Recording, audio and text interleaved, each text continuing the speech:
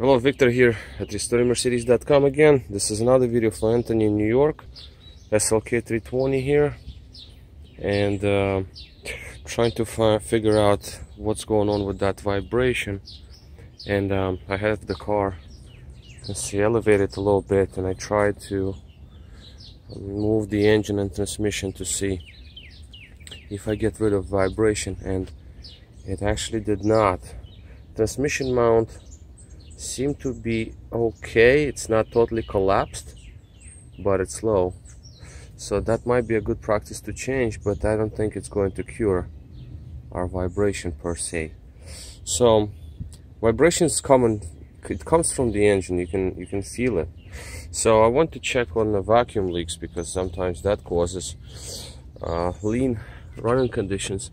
I did find one. This is a smoke machine here that I hooked up, and clearly here we have smoke coming out from the hose. That is a big one, actually. It's a serious hose. This is brake booster line. Let me try to make this video a little better.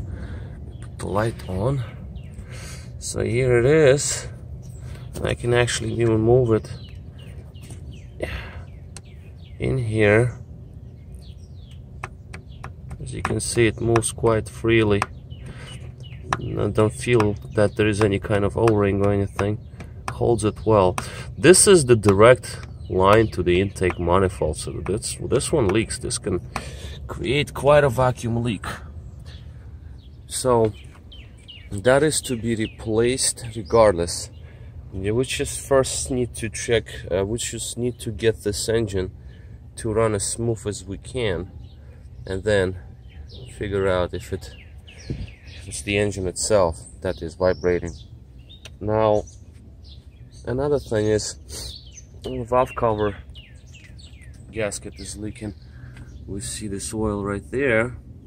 That would to be replaced.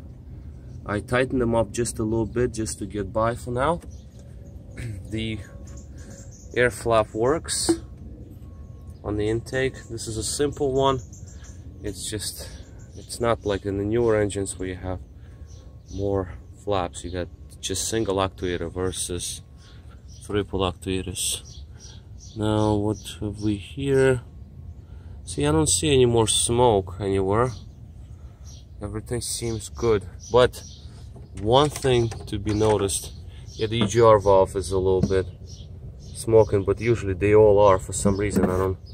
I never got to the bottom of this, but all the smoke tests I do, there's a little bit coming from EGR valve, always. Well, it is what it is. Next thing is, I did take out one spark plug just to see the condition of the spark plug. Let's take a look at the spark plug. So here is our spark plug on a black background. It's quite nice to see it. And focus. Come on. Just had nice focus before this. So anyway, I don't know what's going on here. So here, this is our spark plug. It's not terrible. I feel like the gap is a little bit extended. It seems original. 70,000 miles about. It wouldn't be a bad practice to replace spark plugs per se. I don't see a reason why not. They're not expensive, and based on the condition, I wiped it down actually. So it appears to be original. This is about 70,000 mile spark plug. So yeah, I think it would have been good practice. Electrode is very thin on these. These are platinums.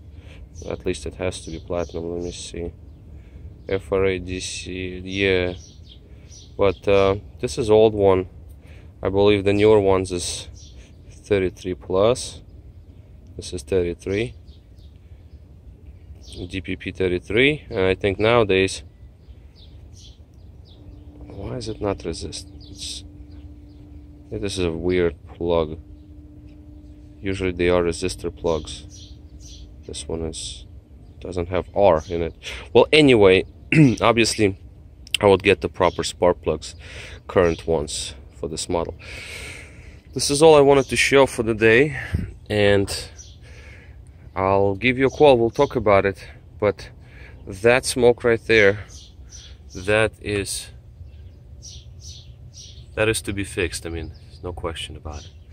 And spark plugs would be a good idea to do. I put in another climate control, and the fan is working good now. The fan speed changes just right. Pardon me, I got allergies going on. So let's see, show you that climate control. Okay, well, climate control is laying right there. That's the old one.